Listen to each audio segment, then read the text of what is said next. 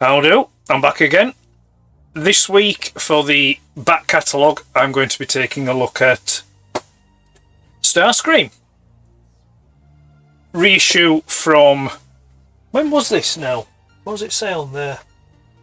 Can't see the date. It's a while ago anyway. I think it was 2001, 2002. Tell you what, when we get it in front of the other camera and I'm going to start taking a look at it, I'll know by then.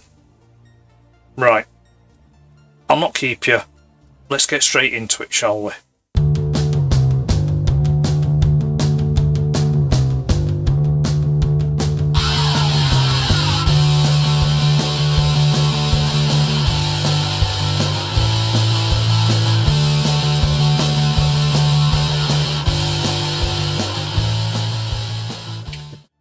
Here we have Starscream. 22 is his designation. This is a reissue from 2001, and it's identical in every way to the Japanese release from 1985. However, it's not the same as the UK-US release from 1984. The difference being that this version retains the spring firing mechanism for the missiles, where the US and the UK version did not. At the time of its release, it was also available in 3 other redecos, if you will. First was a translucent version, which was a homage to Ghost Starscream that appeared in the 3rd season of the cartoon. The second version was a all black, well, black with gold accents, or highlights, if you will. And that was a homage to the Machine Wars Starscream.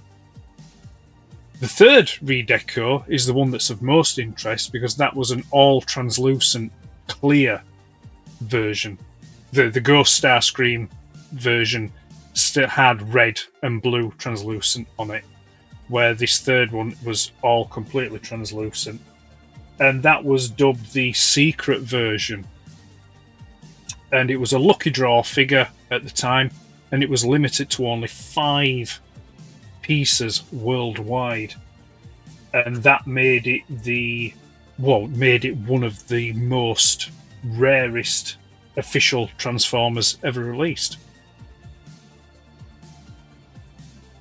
This was the first of numerous reissues of Starscream that we would see over the years. And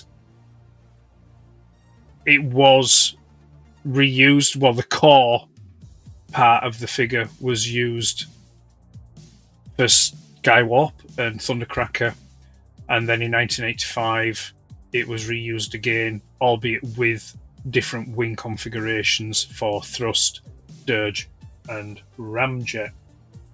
It was originally a Diaclone, as I may have mentioned, and it was titled it was called Jet Robo for the Diaclone line.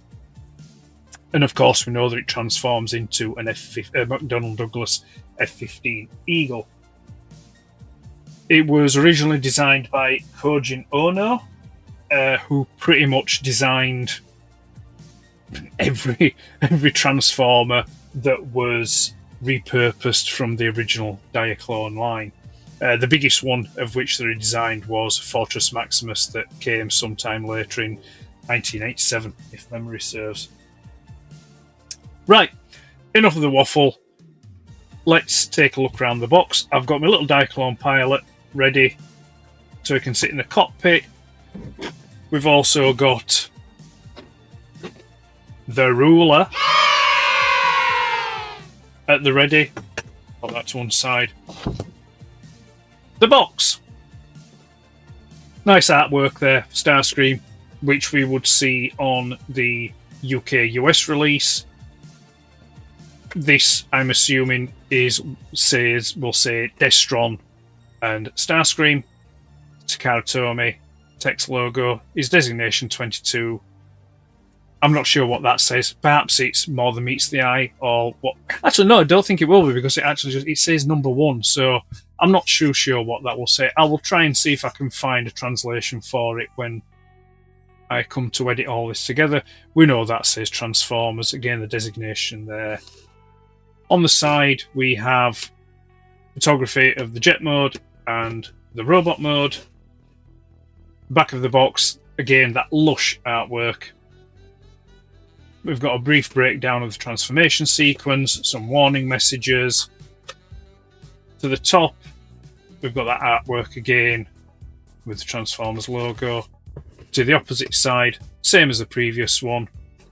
And at the bottom, again, photography of the jet mode figure, and then 22 Destron Starscream. But yeah, I want to know what that means. That's the box. And of course, sorry, finally before I do move on, you can see Starscream there through the window. So let's get the box open, shall we?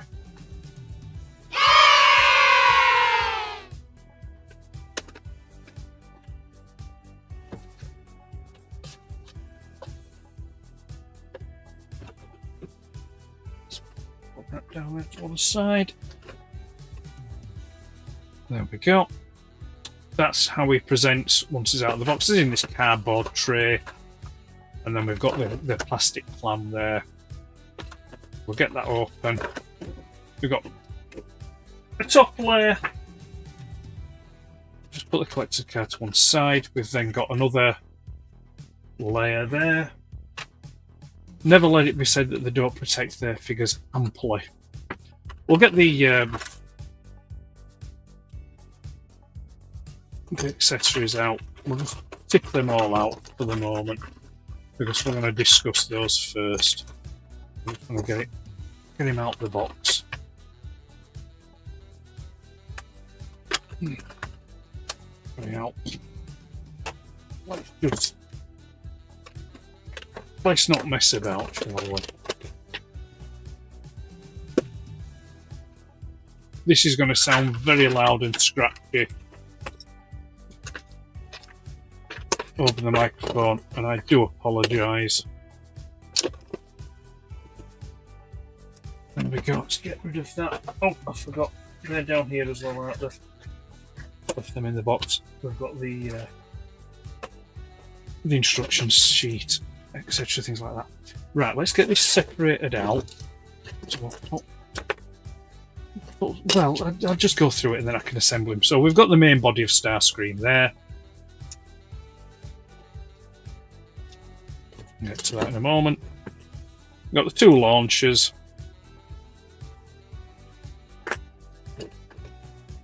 Two wings.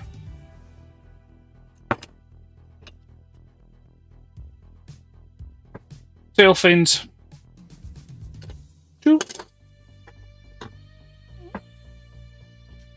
Two more rear wings, stabilizers, fins, whatever you want to call them. Two fists. Front landing, undercarriage, wheel thing. Two null rays. Two cluster bombs. We have the sprues for said null rays and cluster bombs. And we also have, there we go, we have the collector card. Again, that artwork there, 22 Destron Starscream. Photography of jet and robot mode. This will be a little bit of a tech rundown, and then his stats here.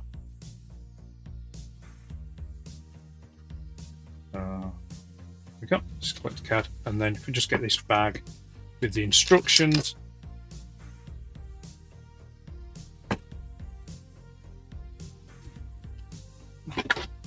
Back down to one side there.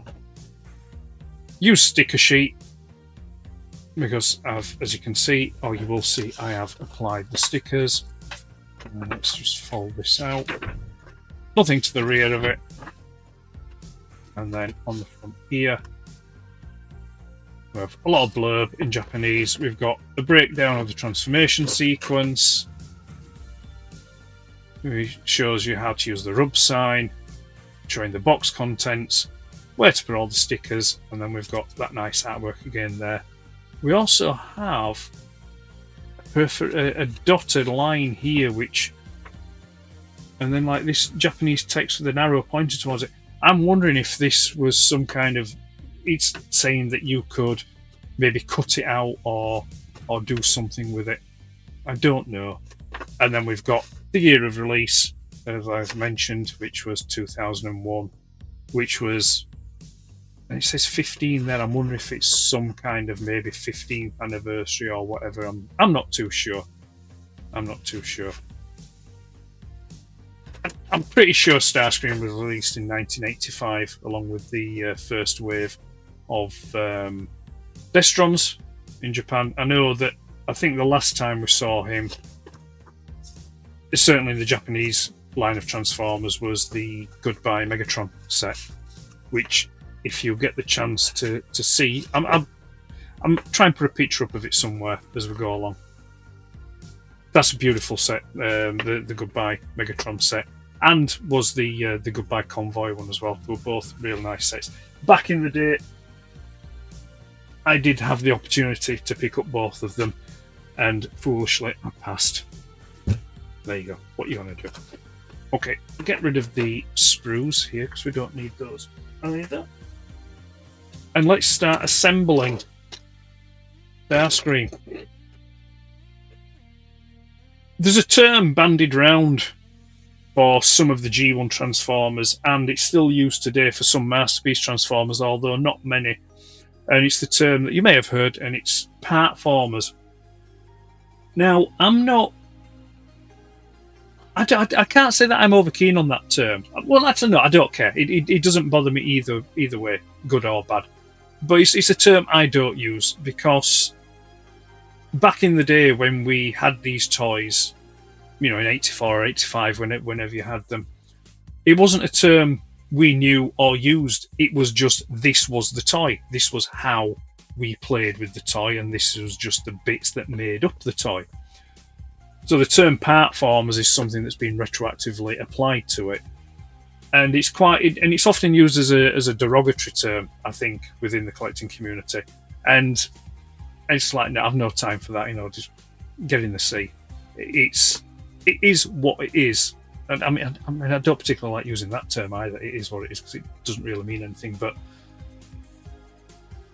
these are the bits that make up Starscream, and this is how you play with him. This is how you transform him. This is how you, this is just the experience of him, and you take it or leave it.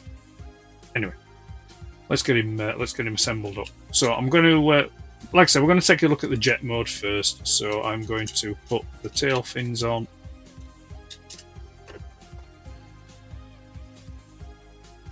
Put the undercarriage wheel in. I'm going to go the wings.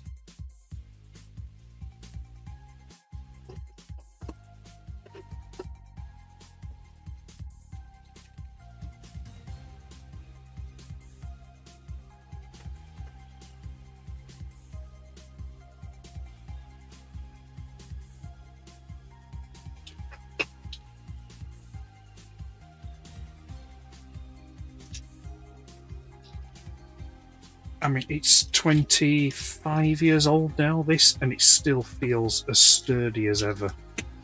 There's no issues or no hesitations about handling this. It still feels real quality. I'm going to put the fist and the null race to one side here a moment. Now, in this configuration here, with the cluster bombs in, and we put these under the wings, the intention was that in that configuration there, like that, it was to resemble on the F-15 Eagle, when it was they was using it for long range. It would have drop tanks which housed extra fuel, and the intention was that when it had these cluster bomb tips put in the main body here, it was to resemble the drop tanks. So it's only maybe cluster bombs when it's in robot mode. Sorry, when Starscream is in robot mode. Oh, yeah, there we go. I'll get the Diaclone pilot so you can see him in the cockpit. There we go. I think I'm going to call him Jeff. It seems as good a name as any to give him. There we go, Jeff. You will get in there. And as you can see, he sits in there quite snugly. Oh, again, my hands are slippy again for some reason. There you go, sits in quite nicely. However, the problem is, maybe the... Again, I'll have to have a look, because at this moment in time, I'm not 100% sure whether or not the original Starscream, well, Jet Robo, sorry, from the Diaclone line, came with the Diaclone pilot. I'm assuming it did, and my assumption is that it must have been a bit smaller, because when you close the cockpit lid down, it doesn't shut properly. It doesn't shut fully. So, and it's this part, the inner mold here, this inner part here that's stopping it, and it's catching on the head of Jeff. It's catching on Jeff's head. So as you can see, it doesn't shut properly. So my assumption is that the Diaclone pilot, if the original Starscream, Jet Robo came with one, may have been smaller. So let's just close that down. Pop you out of the way there, Jeff. Right, let's start taking a look at the aircraft mode then. We have a rubber nose tip, because we don't want any eyes taken out. We have the Decepticon logo here. The top of the air intakes with those stickers on with some line detail on. We've got the rub sign here. Larger Decepticon logos on the wing. Red trailing edge sticker. Dark blue tail fins with the... I suppose you could say maybe it's supposed to be an F for F-15. Maybe it is, maybe it's not, who knows. Blue tipped engines at the back here.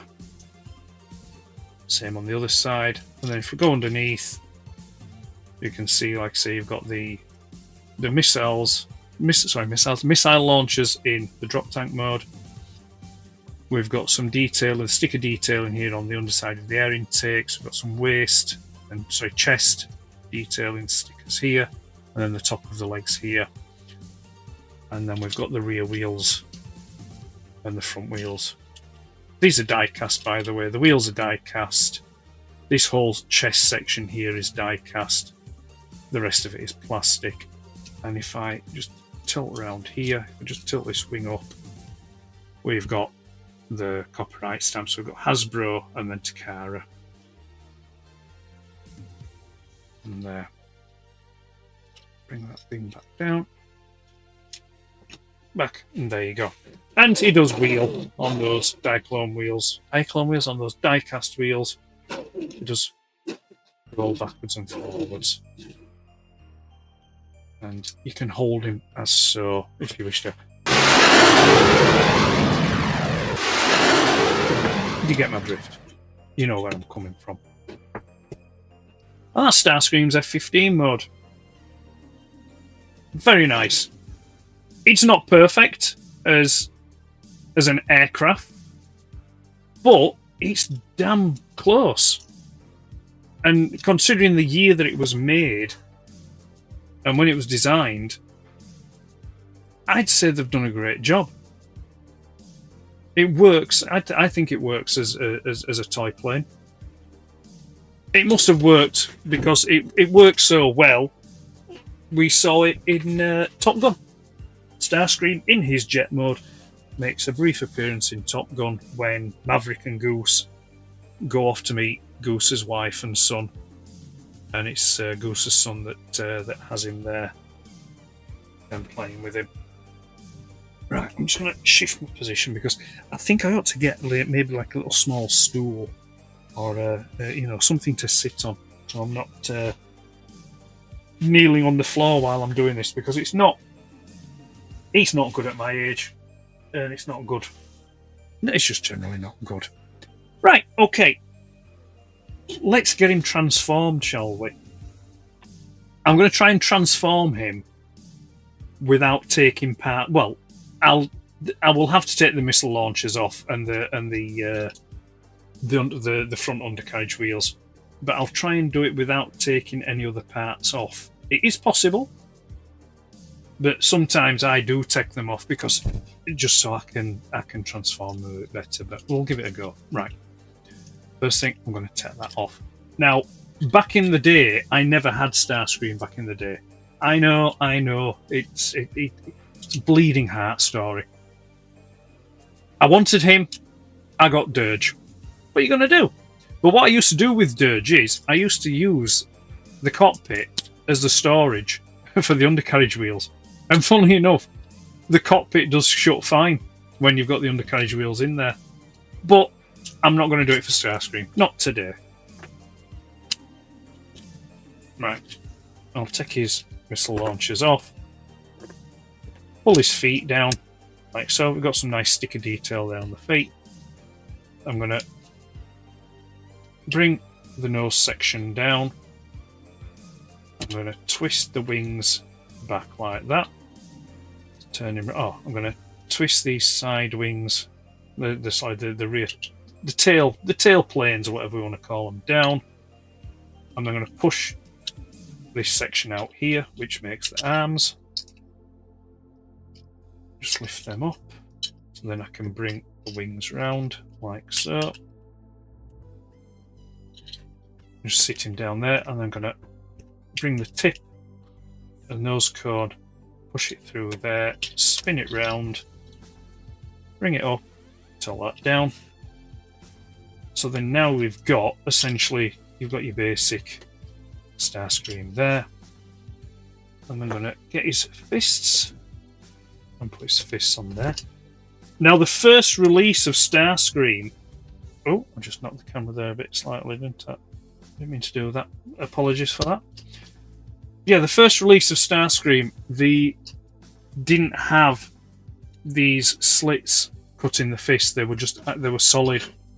But what they found is that by cutting the slits here, the fists actually gripped better to the arms. And I think that change. I think that change was made early, Sean, because I have to admit I've not seen. I've just taken the cluster bomb things out of the missile launchers there, just in case I didn't pick it up on camera. Back in the day, I never saw any Starscreams with the solid fists there. They all had the slits cut in. So we've got the missile launchers on, and then we'll pop his null rays in. Like so. And there we go. There we have Starscream in his robot mode. Looking rather fine. We do like that. So there's a lot more of that detail on show here now. He's in his robot mode. We can see the sticker details here on these. What are the air intakes for the jet mode? Like at the top of his shoulders. We've got the sticker detail here on his chest. The top of the legs there, which, technically speaking, they would actually be his knees. They're a bit high up. It's kind of like, he's got his head, his really big chest, and then we don't bother with his upper legs. We just go straight to his knees and then his shins. We've got these plastic detailing here, which raised up, and then, as I mentioned earlier on, we've got the stickers here on his feet. Turning around to the side. Again, we can see the missile launchers with his null rays in. Those fists.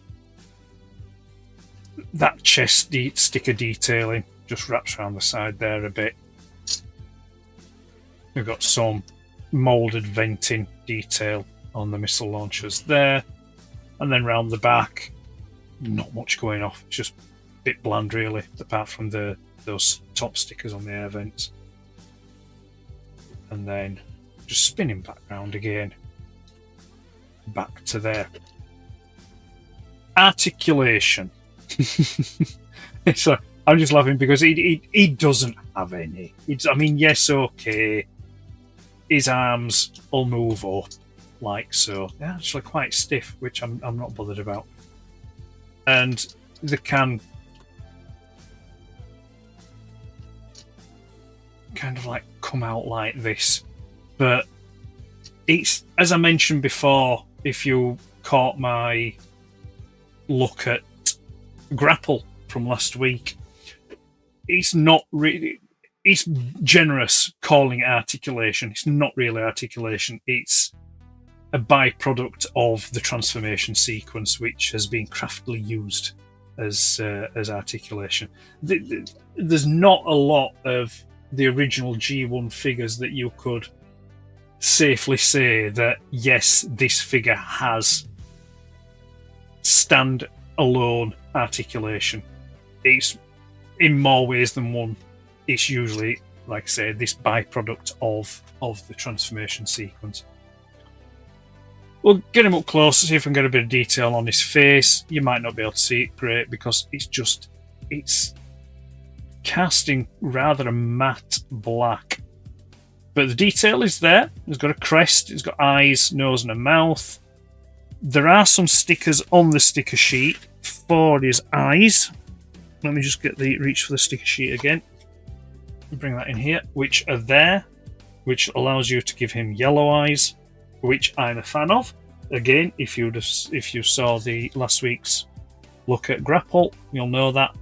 But unfortunately, the stickers are too big, so when you put them on, they cover up most of the face. They're not particularly any good, so that's why I've not put them on. I've just left them off. I had a mind many years ago to paint them, but I didn't want to. I didn't want to. I don't want to say damage it, but I just didn't want to. I didn't want to ruin it, to be fair. And that's it. That's Starscream's robot mode. What more do you want me to say? There isn't really. That's all we can say. I've gone over the detail, I've gone over the articulation, I've gone over the transformation sequence, and I've gone over the jet mode. These videos that I'm doing of part of this back catalogue aren't going to be very long videos because we're talking about G1 figures here. So there's not going to be a lot to them. We can't discuss articulation, we can't really discuss engineering. I mean, don't get me wrong, the engineering for the day was great, and the way that it's been put together and the way that it transforms. But engineering for Transformers is just an absolute millennia away from where it was back then. And it's not a subject you can get really too deep into. You know, a few twists and turns and folds aside, and you've got him where you want him to be. I'll bring the Diaclone driver back in just one last time. I'll pop him there. Oh, actually, he won't stand up, will he? So what I will do is we will bring in the ruler, and because he's got magnetic feet and the ruler's metal, so it will. There we go. Just pop him there. And I mean, that's not a bad scale, really. I'd buy that. I'd buy that scale. Yeah, cracking. Okay, right. We've spoken about Starscream in his various forms, his robot and jet mode, and the transformation. We have spoke of the box. We have spoke of the plastic clam. We may have mentioned the cardboard tray, just variously, precautiously. I don't know, either will work for me. I was never good at English. We spoke of the instruction sheet. We spoke of the sticker sheet. We spoke of the collector card. We spoke about the sprues. We spoke about the cluster bombs. And we also spoke about the undercarriage wheel. Starscream 22.